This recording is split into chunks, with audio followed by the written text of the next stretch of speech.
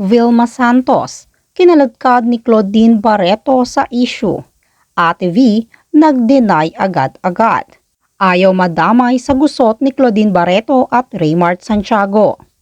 Mariing itinanggi umano ni Miss Vilma Santos na pinayuhan niya si Claudine Barreto na idemanda ang estranged husband nito na si Raymart Santiago base sa pahayag ni Nanay Christy Fermin sa radyo program nila ni Romel Chica na Christy Fermin kaninang tanghali lamang. Naisulat sa isang artikulo at napanood sa YouTube channel ni Luis Manzano na Luis Lisen noong Huwebes na nabanggit nga na sinabi umano ni Ate V na magdemanda ka, ipaglaban mo ang pagiging nanay mo, ipaglaban mo yung pagiging asawa mo, ipaglaban mo lahat yon, kunin mo kung ano yung nawala sa'yo. Napakaraming ang nagsulat sa naging panayam ni Claudine Barreto sa anak ni Ate V at yung iba ay kinote ng aktres kung ano mismo ang sinabi o ipinayo umano sa kanya ng nag-iisang star for all seasons. Bungad pa nga ni Nay Christy sa CFM. Ito po ay tungkol sa interview ni Luis Manzano kay Claudine Barreto.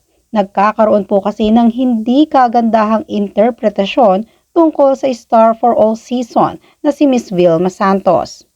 May mga nambabash pa na bakit umano si Ate V pa ang nagtulak kay Claudine na idemanda si Raymart Santiago. Ito po ang mga kapatid ay isang paglilinaw. Lahat naman po tayo ay nakasaksi tungkol dito sa interview ni na Luis at Claudine. Pagpapatuloy pa ni Nay Christy.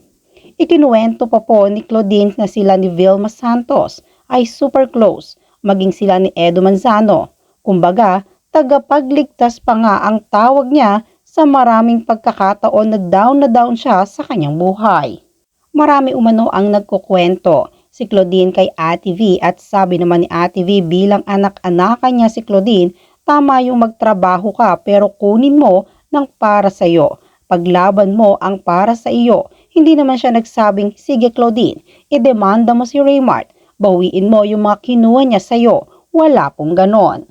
Nais umanong ayusin ni Nay Christy Fermin ang senaryong ito dahil nalalagay umano si Ate V sa isang sitwasyon na hindi naman niya ginawa.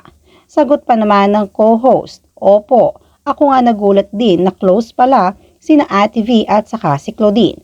Pagpapatuloy pa ni Christy Fermin, ngayon may nababasa ako na si Ate V raw ang nagtulak o nag-udyok kay Claudine Barreto para idemanda po si Raymart. Wala pong ganon.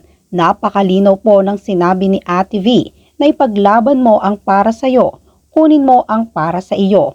Wala umanong binanggit si Ate V na magdemanda kay Raymart.